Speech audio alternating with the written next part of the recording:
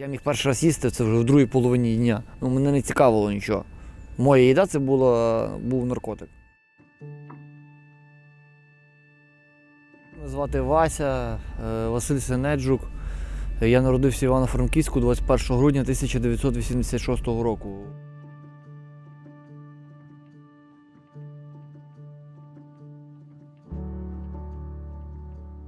Мені зараз 33 роки. В нецілих 8 років я пішов в школу, в перший клас. З дитинства себе відчував якоюсь дитиною такою не то, щоб неповноцінною, але незадоволеною цим життям. Тоді це був сучасник до Радянського Союзу, це були 90-ті роки. І ми тоді вже з хлопцями, з товаришами, у віці 10 років відвідували комп'ютерний клуб. Сам з собою я не отримав задоволення.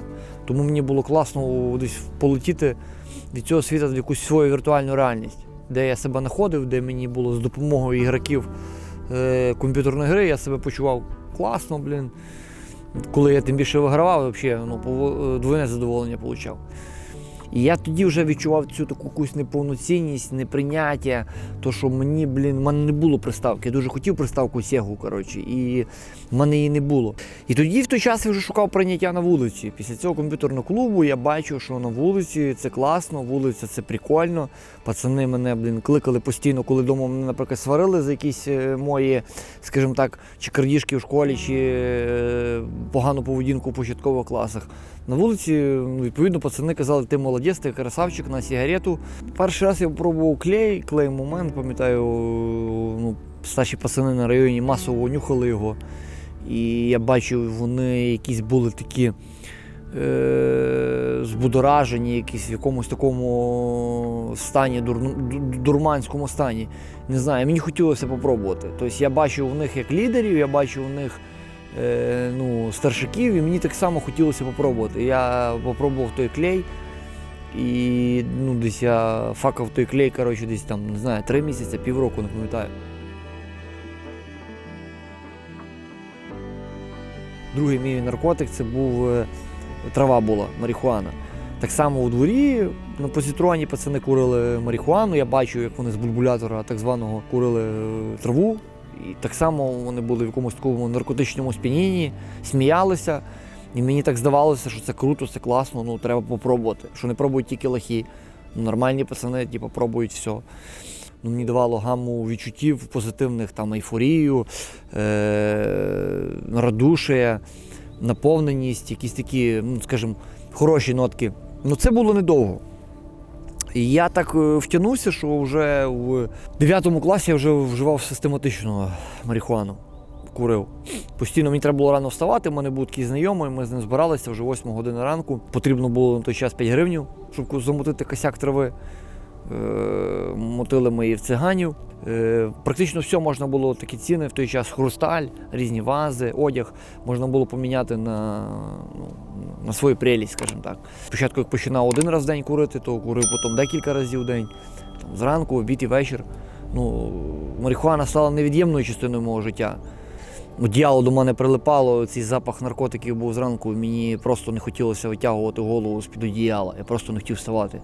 І мені хотілося плакати, пам'ятаю, але я мусив вставати, мусив думати, де знайти кошти, щоб придбати речовини, щоб, як то кажуть, стати на ноги, щоб мій день хоч якось пройшов, щоб я міг просто проіснувати, просто жити. І мені потрібно було близько 500 тисяч гривень в день, 800, 700, мінімум, 300 гривень на таблетку моєї любимої речовини. І коли я вже її вживав, тоді я вже міг займатися собою, міг чистити зуби, міг привести себе в порядок, постригти ногті, і тим більше поїсти.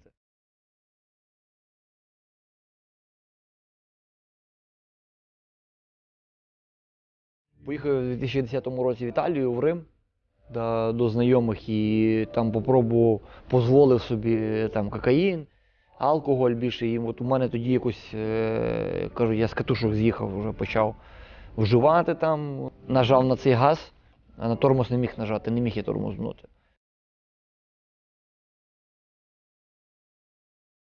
Не міг я признати те, що я залежна людина, і навіть собі.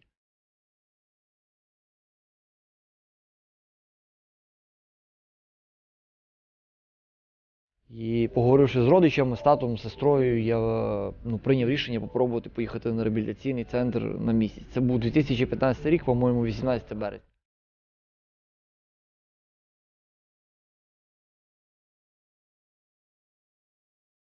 Перший раз я поїхав ще на групу в Стрий. Тобто я був готовий на все. Сказали б мені йти пішки в Київ, я вийшов пішки. Тобто я був готовий на все, щоб залишитися чистим, тверезим. Тобто тоді в мене вже ця була готовність діяти.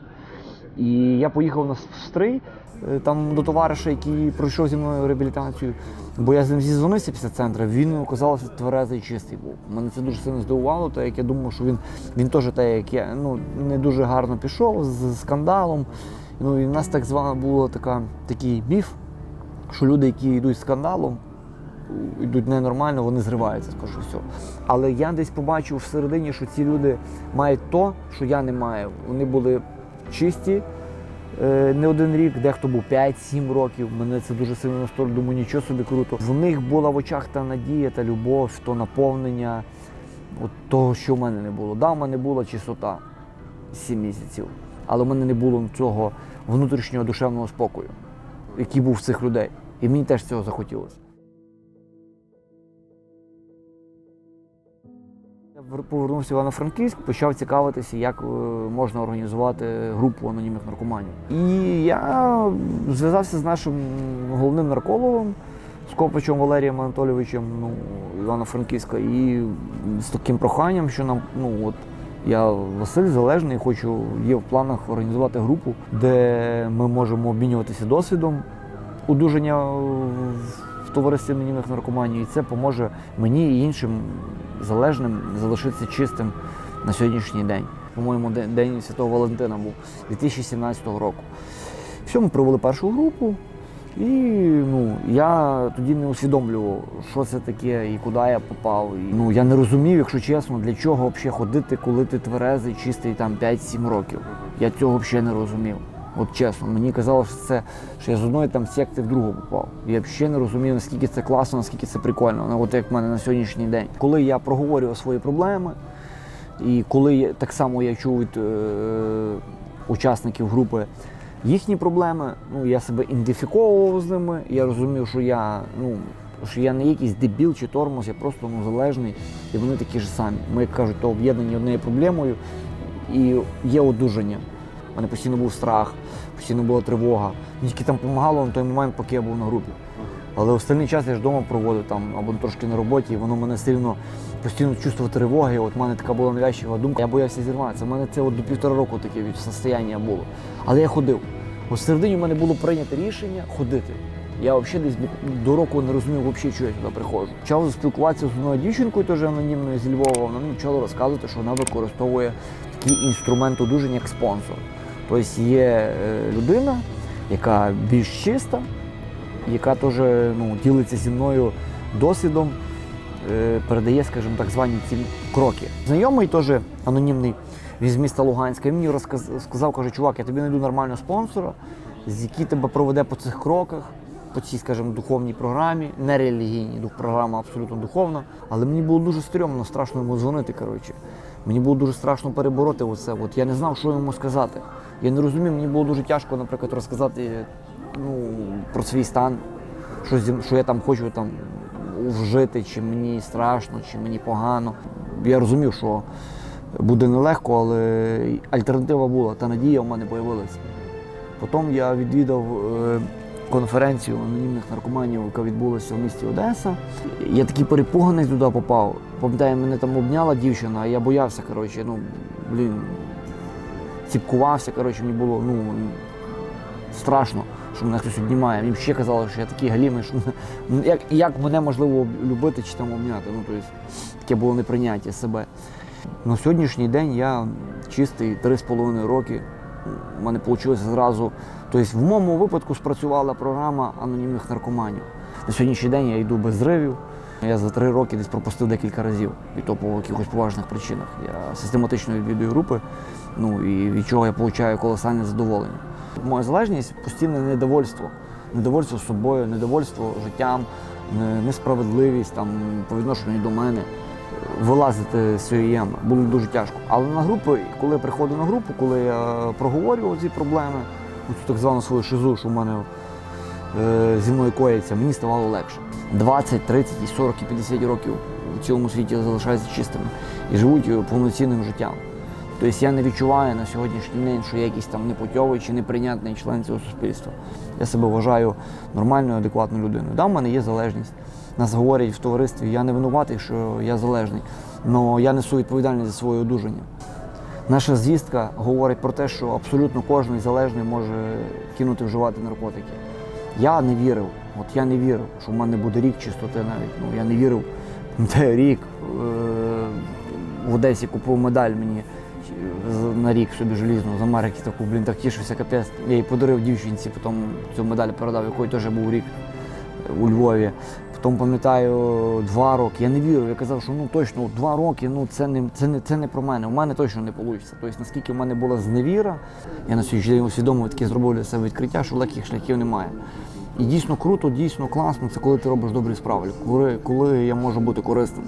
На сьогоднішній день не нести розруху хоча б в своєму місці. І ліпше, друзі, не пробуйте ніякі речовини, бо дійсно з цієї проблеми дуже тяжко вилазити. Цей відрізок, коли тобі класно, прикольно від наркотиків, і відрізок, і та стадія, коли ти вже з цією життєвою необхідністю, настає дуже швидко. На сьогоднішній день я наживаю 3 роки, 6 місяців, і сьогодні яке число у нас? 18? Так. І 5 днів. Я не рахую дні, просто пам'ятаю.